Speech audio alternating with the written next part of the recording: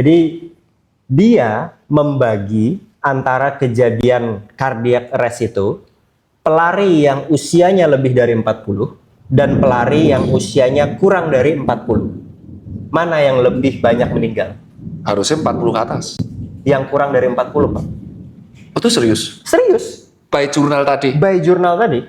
Malah kurang dari 40? Iya. Jadi penelitian belasan tahun ini? Iya. Jadi kenapa terjadi seperti itu? Karena aku juga harus membaca lebih dalam lagi kan. Ya, jangan strawberry picking. Jangan strawberry picking. Jadi orang yang mengalami cardiac arrest lebih dari 40 tahun itu terjadi karena myocardial injury, karena yang mismatch tadi loh antara supply dan demand. Oke. Jadi begitu dia diperbaiki suplai oksigennya, dikasih oksigen dan lain-lain, kan dia membaik, ya kan? Tapi yang mengalami cardiac arrest pada usia yang lebih muda itu penyebabnya bukan myocardial injury, Pak, tapi hypertrophic cardiomyopathy tadi. Lah, nggak ada yang tahu dong. Nggak ada yang tahu, Pak. Masuk. Ini kita keluar sedikit dari skup lari ya. Kalau kita amati di olahraga yang lain, misal sepak bola. Aku ngikutin sepak bola itu udah dari lama, Pak, karena kan aku main dari kecil ya.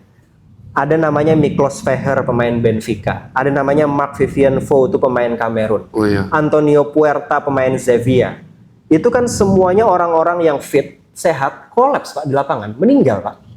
Penyebabnya hypertrophic cardiomyopathy. Yang orang nggak bisa ngecek dong? Yang orang nggak bisa ngecek. Sebenarnya bisa dicek. Tapi? Melalui pre-screening competition tadi. Cuma ngeceknya harus detail, Pak. Benar harus detail. Kenapa aku bilang harus detail? Kan tadi, kalau orang olahraga endurance, mesti akan ada perubahan pada anatomi jantungnya. Jantungnya jadi lebih besar. Nah, hypertrophic cardiomyopathy, itu jantungnya juga besar, Pak. Terus jadi tambah besar? Iya. Udah besar jadi tambah besar? Besar jadi tambah besar. Jadi, isunya di kalangan kami kardiologis untuk menghindari cardiac arrest itu adalah terutama pada atlet endurance, bagaimana membedakan apakah seorang atlet ini hanya mengalami atlet heart, jantungnya atlet, atau atlet heart dengan hypertrophic cardiomyopathy. Asu, berat itu, Pak. Berat, Pak. Jadi pemeriksaannya memang harus detail. Biasanya kita lakukan screening dulu. Screening itu ngisi kuesioner, pernah ada orang tuanya yang meninggal mendadak nggak? Pamannya, kakeknya itu diurutin, Pak, semuanya.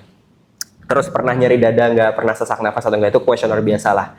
Pemeriksaan pertama nanti kita EKG, Pak. Dari EKG kan kelihatan, oh jantungnya besar nih.